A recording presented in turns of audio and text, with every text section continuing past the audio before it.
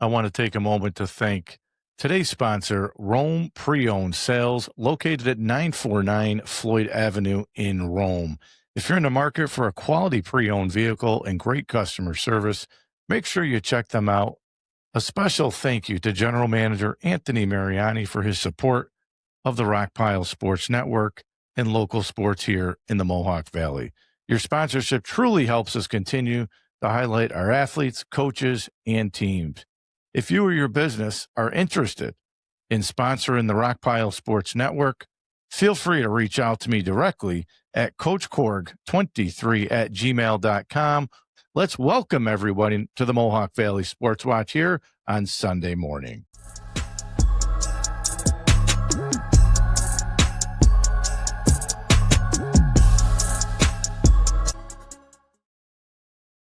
Pumped up this morning to talk some field hockey with Rome Free Academy.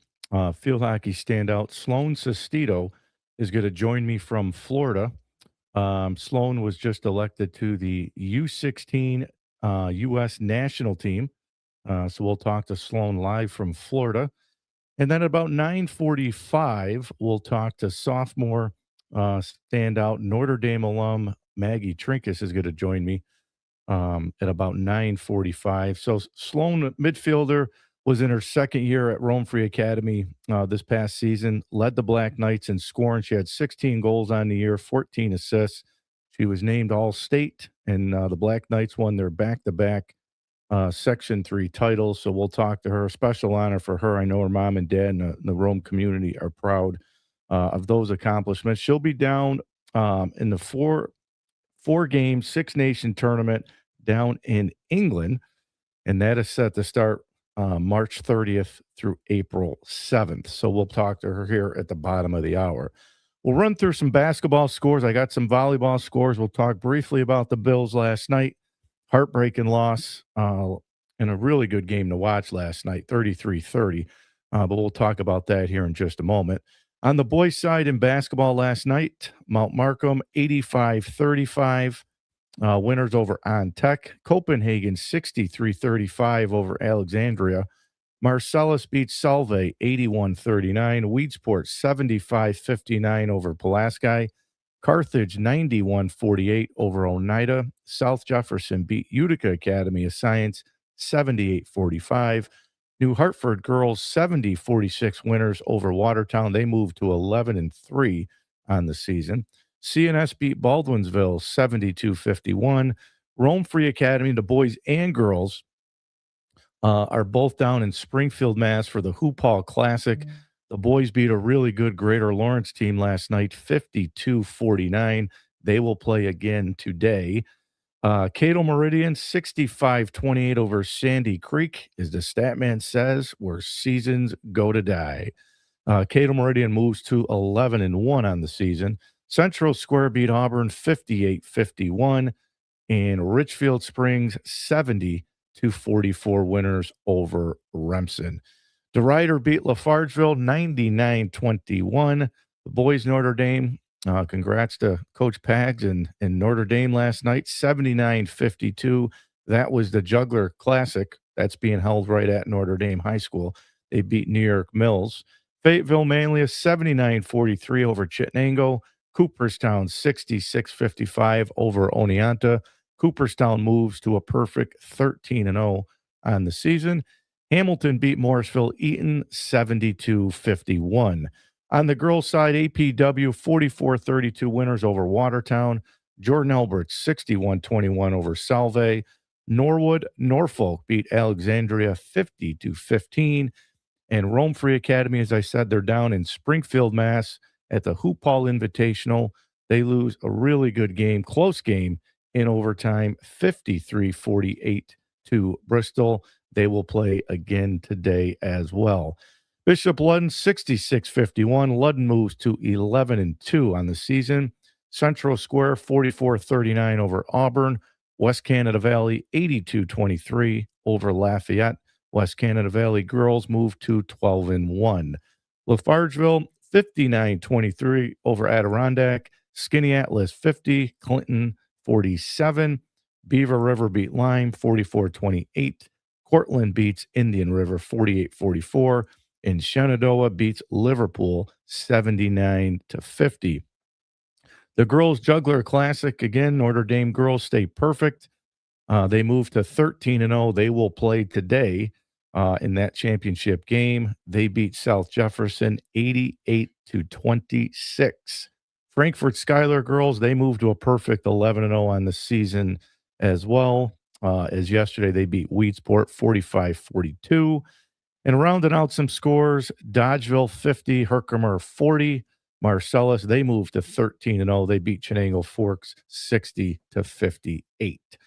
So that wraps up the boys and girls scores. And then last night, the two divisional playoff games, they both punched their ticket to the AFC Championship game. Great win for Denver, but they got some bad news after the game. Quarterback Bo Nix suffered a fractured ankle, so he will be out the rest of the way. Jarrett Steedham will take over in no way to come back but play in the AFC Championship game with a spot in the Super Bowl on the line next week as they wait the winner of the New England Patriots and the Texans. So they beat Buffalo 33-30. And then the NFC game, I'm telling you right now, I haven't broken any of these games down yet. I will break the NFC, AFC Championship games down. I don't know if anybody's playing as good as Seattle. That defense that Mike McDonald has out there plays lights out offensively. If Sam Darnold could play turnover-free football, they might be the team to beat to win it all. They beat San Francisco 41-6. So it was a good game in Buffalo. I know Buffalo fans didn't like it. Some questionable calls late, some pass interference calls that ended up deciding that game late in in overtime. And some of the Bills fans were all over me last night on social media because I said that I thought two of them were pass interference. I thought the referees were letting them both play. I thought they did a good job. You could have probably said either way it was pass interference. I thought the last one downfield was pass interference. But I think we got to talk about more of the story, and I'll do this at a later time. Josh Allen's been Buffalo football for, the last 5-6 years? That window is just slowly closing for Bills fans. I think there's a really good chance that they move on from their head coach, but we'll see what happens here going forward. But Josh did have the fumbles, the interceptions, and missed a wide open Knox that would have been a touchdown, would have been the game winner. And then I even thought that when Buffalo had it backed up on their own, I think it was like the 2-3 yard line or 5 yard line, they missed a holding call in that end zone too that I don't think anybody's talking about. That would have been a game deciding factor. But listen, both teams had their chances. Buffalo had chances. I mean, this is the third year in a row I think we could say Josh Allen had the ball in his hands with a go down a chance to win, didn't do it. And that'll be talked about, unfortunately, in the media, that he just has not gotten this team, over the hump. I thought Joe Brady called a really good game for Buffalo. I'm really surprised that Joe Brady's not getting more looks to be a head coach. Maybe he is, maybe he's not. I have not heard his name being mentioned for a lot of jobs. But I think it's heartbreaking for Bills fans because the Bills fans are going to look and say, pass interference calls decided this game. I don't think that decided the game one bit. Again, I think people aren't talking about the fumbles, the interceptions, the wide open receiver that unfortunately Josh missed that would have won the game for him. So you can point fingers at a lot of areas. And I thought the press conference with Josh Allen taking accountability, saying he let his team down. I mean, hold your head up high because you're Buffalo football. Because without Josh Allen, I don't think Buffalo wins 5 games this year, and he'll get one. There's no doubt in my mind that he will get one at some point in his career because he's had a great career. But just like in any sport, they're going to measure you by the championships that you won, and they've just had heartbreak after heartbreak for the last so many years. So we'll talk more about that on a later time when I break down the AFC, NFC championship games. And then if you stayed up to watch that Seattle-San Francisco game, and I think Kyle Shanahan still is up for Coach of the Year. That 49ers team has been ripped away with injuries all season long. They've had a great year, and you knew at some point in time that those injuries would catch up to you. But that defense and that run game for Seattle was absolutely phenomenal. Hats off to Mike McDonald. Mike McDonald, the former defensive coordinator for Jim Harbaugh at Michigan, who took the job with Seattle, and then Jesse Minter stepped in for Jim Harbaugh as well. And both those guys, Jesse Minter is going to get an opportunity to be a head coach somewhere in the NFL next season. I firmly believe that. But again, if Sam Darnold could play turnover-free football, Seattle, in my eyes, I think Seattle's the team to beat. We'll see the games today. So we'll have the Texans and the Patriots. That'll be the 3 o'clock game. I believe that one's on ABC today. And then the 6:30 game, the night game, will be the Rams and the Bears. The Rams right now, a 3.5-point favorite on the road in Chicago. It is going to be cold, and Matthew Stafford's success in the cold is not very high.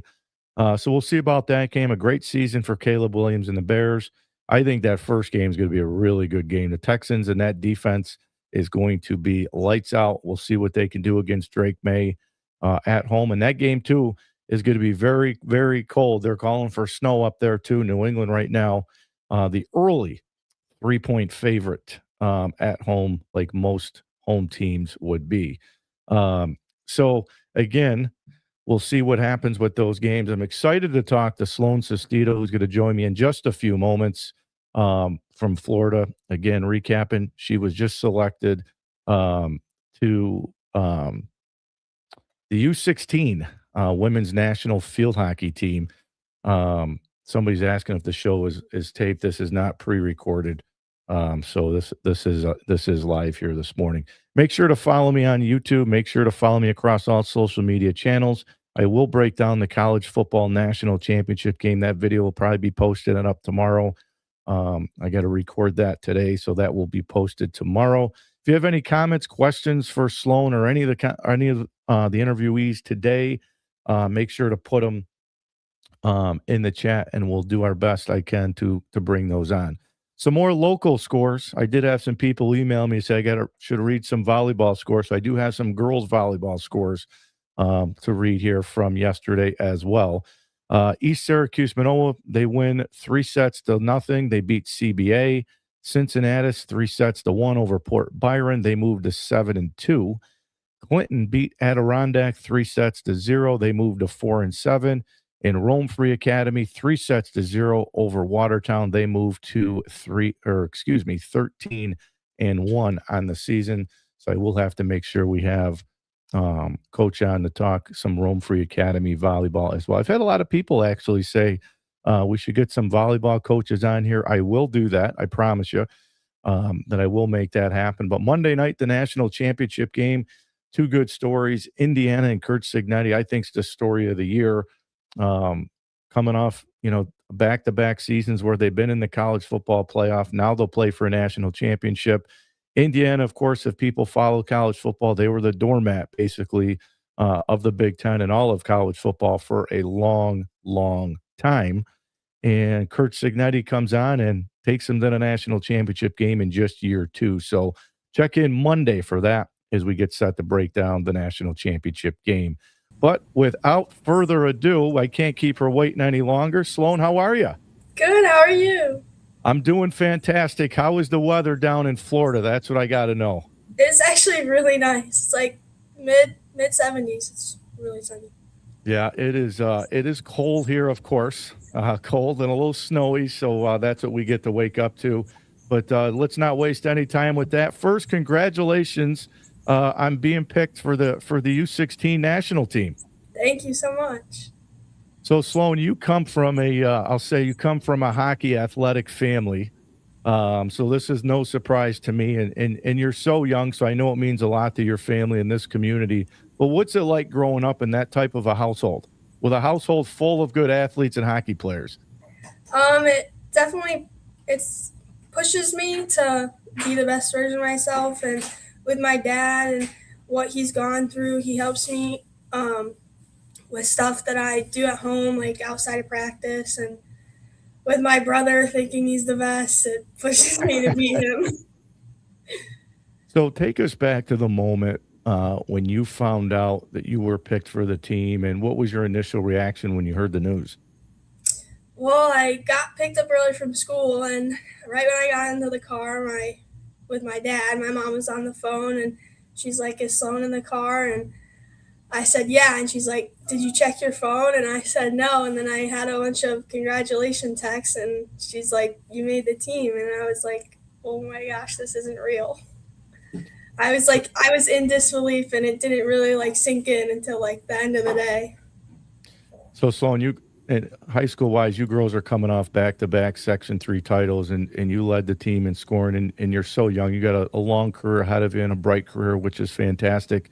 What did that sectional title mean to you, and how did that transition for you into your development and being picked for this team? It meant a lot. We lost a lot of seniors last year, and I don't think our team was like we didn't think we were gonna go that far this season since all the seniors we lost, but we really like came together and worked as a team, and when we won, it was just like we can do it once we play as a team, and it was just like another like boost of confidence to realize like we can do this, like everyone on this team deserves this, and yeah. And how has playing this the past couple years? Because again, you're young, you've been on varsity now the last couple years, and how has that kind of helped you and prepare you for? I know you play a lot of club, and that's what you're down doing today with Dime down in Florida. But how has that helped you kind of for playing club field hockey and now getting a chance to play and represent the U.S. here on the U16 team? Well, it obviously helps. We practice every day. It helps being around girls that love field hockey the same way. Um, yeah, it's just great to be around like a community that appreciates the sport and is willing to play every single day.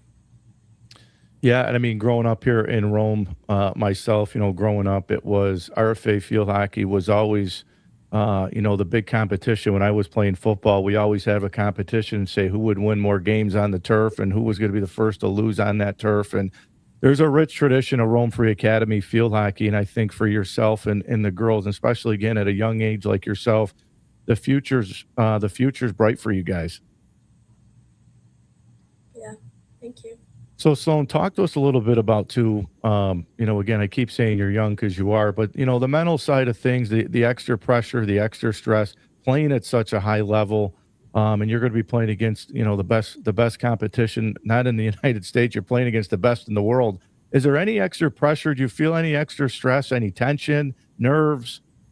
I mean, a little bit. Who really wouldn't? But I have a mental coach. Shay, he's great. He helps me through any mental struggles, and same with my dad. He's really like it's just field hockey is like you wouldn't think it's a mental game, but like most of it is, and um, but I use them both whenever I'm struggling, and they get me through it, and then I realize, oh, this isn't a big deal. Like I made it. I here for a reason, so I don't need to be that scared. So moms are the backbone because I always said my dad was a longtime coach and for a long time, and he's kind of the one that I've leaned on for advice over the years. But moms are the backbone that hold things together. So I can't leave mom out of this either. So I got to give your mom a shout out too. But I'll start with dad first. Obviously, dad's career played hockey at the highest level. He's been there. He's played it overseas. What advice has he given you? And then the flip side, I'll say, what advice has mom given you throughout this whole process? Well, my dad, he just says, just go out there, just don't think about it, just have fun, play your game. Um, and really, my mom's the same. Like she takes me to all this. She sees what I do, so um, she like tells me like the technical stuff, like what I should be working on, and it does help because most of the time I forget about it. But um, yeah, they're both just like just be you and have fun. So, what have you learned? Have you learned anything about yourself? Because I feel like a lot of the young athletes, that don't get these opportunities, and here you're getting a great opportunity again, not only to be in front of some college coaches, but you get to play and represent the U.S. here and play teams from all over the place. Have you learned anything about yourself at this stage? Going through this process and playing with some of the best athletes in the world. Um, well, I learned to start out my confidence.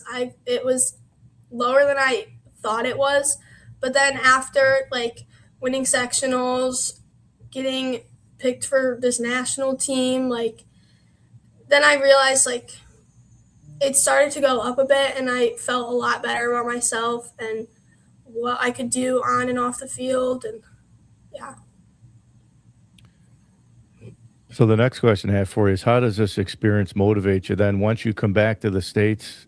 You still got to come back and be a high school kid and play some high school field hockey next year. So what's that experience and how's that motivate you going forward for, not just high school, but as you get older and look to play field hockey in college and take that next step? Well, I think it's um, when I come back to high school, like I'd love to show some things I learned, like to my coaches, and help provide for my team, and still make sure it's a team sport. Like I'm obviously not gonna dribble up the whole field just by myself, and um, but it's definitely, I think it'll definitely help my team and definitely the recruiting process, and yeah. So what was it? I think it was a 3-day training camp that you girls had. What was that 3-day like for you? Well, we had two, one in December and one in January. The first one, there was a lot of girls, and it was really fun. It was awesome to see all the different kind of coaching styles and everything they had to do, and all of the other girls that have the same play. It was crazy. And then January was basically the same thing, just a little less girls and same coaches. Well, actually, a few different, but it was great to see new faces and new coaching styles, and it was just a really fun experience. Yeah, and I'm sure you get a little nervous when you get on the field. It's only natural, but I got to tell you, I don't like flying in airplanes. You got to fly to England. You got to fly across the world. A little nervous for that flight? Yeah, a little bit. I've been to England before, but not in a bit. So the only other question I was going to ask is a fun one here. And again, you come from an athletic family, but um, who's the best athlete in the family? Um, it's honestly, it's kind of like on and off with me and my brother, I'd say, or my brother, my dad. Yeah, it's a popular question because I got Maggie Trinkus coming on with me, and I'm going to ask her the same question: who's the best athlete in her family? Because they're all great athletes and they're all good shooters and this and that. It's a hard. And it's so fun to ask the question because everybody always gives me different answers. So I think your dad would have a little argument too that he was a pretty good athlete himself. Yeah, I think you could argue that. Well, Sloan, listen, I won't keep you. We're so proud of you. The Rome community is proud of you. Your career's been fun to watch, and you're so young yet. I can't wait to watch you. Just listen, when you play Camden field hockey, can you not score against my sister's team, please? Can you go easy on her next season? I'll try. I will. I'm only kidding. I root for Rome Free Academy every game but one when you play Camden. I can't root for you against my sister. But Sloan, we're proud of you. Congratulations. Thank you so much. Thank you for having me. You got it. Have fun. Thank you. All right, I got to bring you right on. I got to jump right in it because I'm on a roll here this morning talking about who's the better athlete in the family, which I'll ask you too. How are you, my friend? I'm good. How are you? Well, I'm doing good. I think the last time I talked with you, you won a state championship. So Yeah. it's been a little while since I've talked to you, and your Yeah. family has been so fun to chat with. Both your sisters and your mom and dad have been fantastic. But I want to start with you first. Sophomore season. I think you're at about 10.7. I think you're second on a team in scoring, but I want to ask you about the transition first for you from high school to college. What was the biggest transition for you?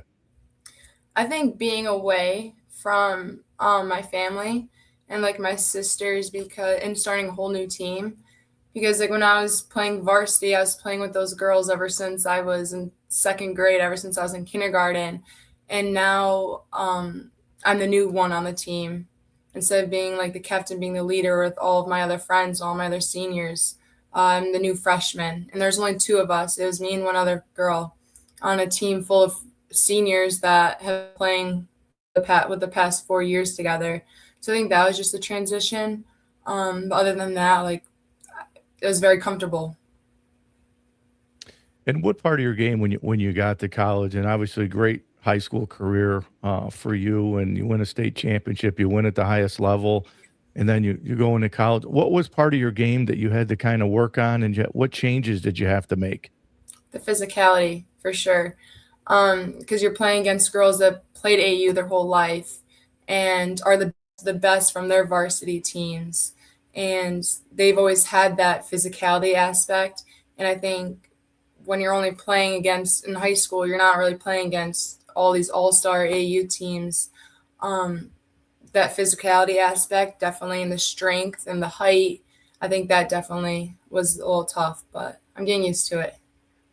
So your sister, all of the season so far, she hit the 2,000 career mark, and obviously you got a chance to play with both your sisters. And I always say your sister Erin doesn't get enough credit because when she gets going and she's hot in a game, it's like she just gets into a zone, man, and she doesn't miss. So I don't think she gets enough credit either. And I got to have her and your sister on again during the year. But talk to us about 2,000 points. She joins an elite company, hitting 2,000, and she's still creeping up that ladder with a lot of season left. What were your thoughts as she hit 2,000?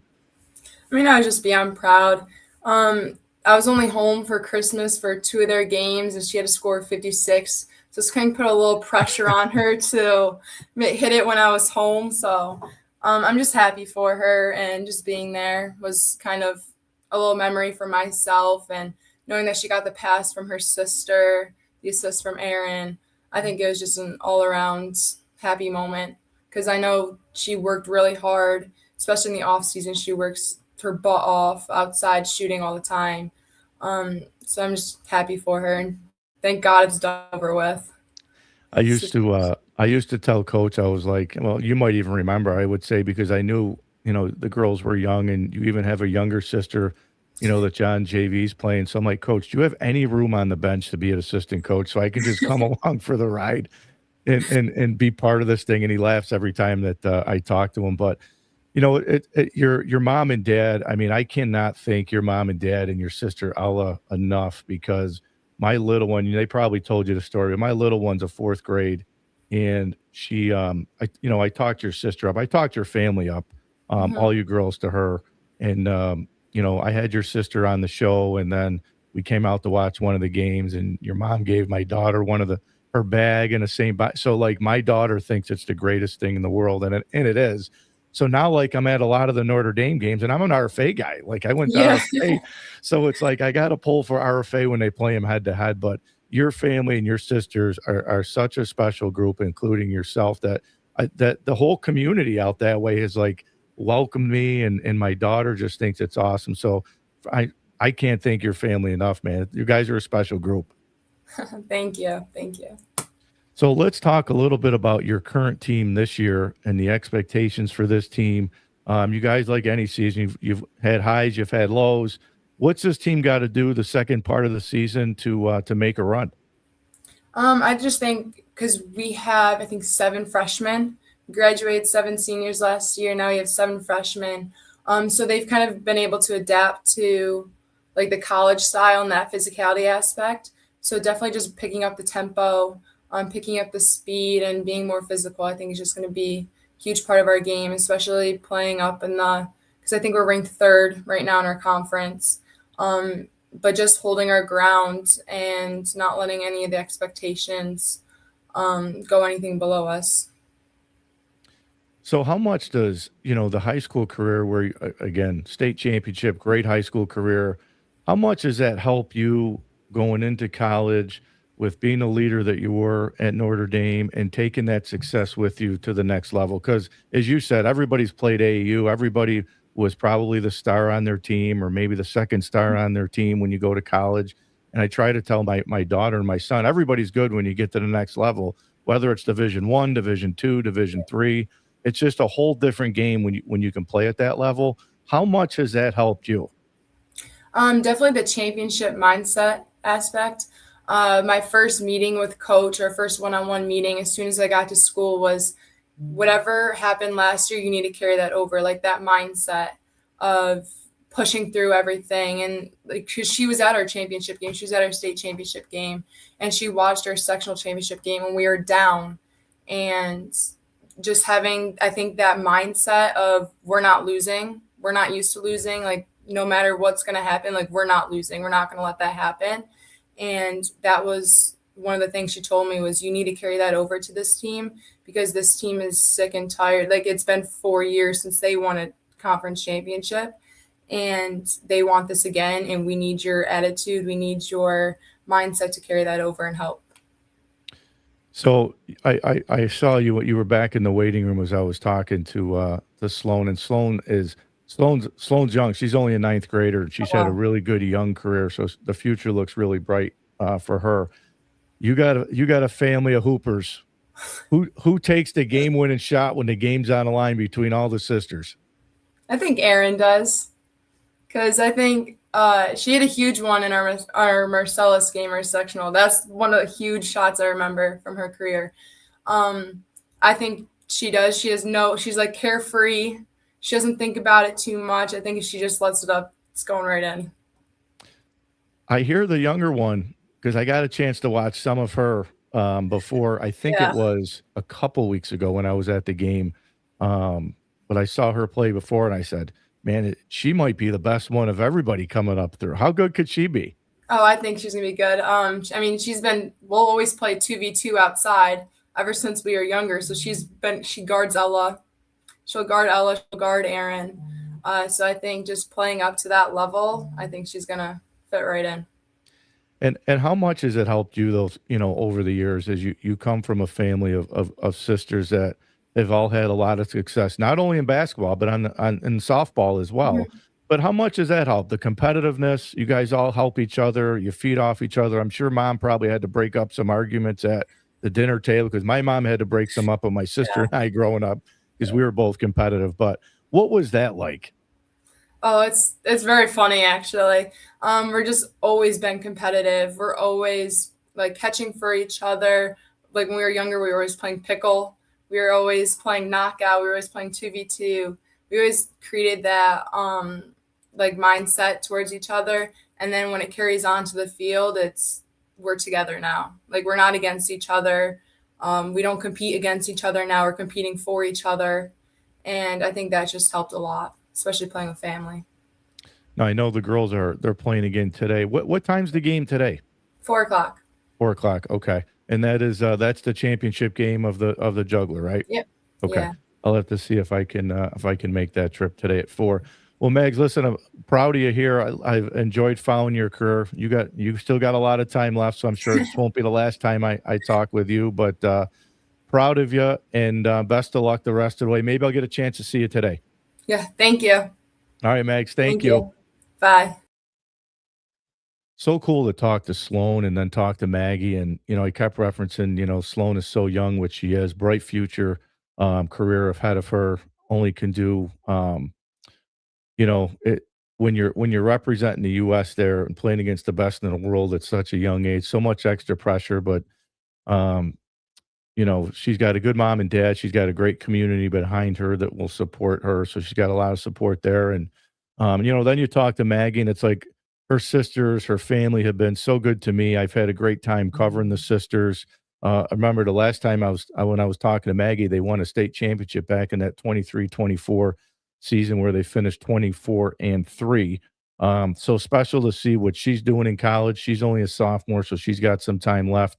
So I'm excited to follow the rest of her career as well. So tune in tomorrow. I'll post the national championship breakdown. I'll go through Indiana, Miami, my keys to both teams. I'll give you my prediction tomorrow. We got the 2 NFL games today. I'll try to post when I find out how the boys RFA and girls basketball teams do today from down in Springfield, Mass. I'll post that as soon as I hear something from Coach Medicis and I find out from Coach Bev how those games went today. So I appreciate everybody tuning in today to the Mohawk Valley Sportswatch. Make sure to like, subscribe to the channel. And if you have any comments or anything like that, put them in the comment box. I'll do the best I can to answer them.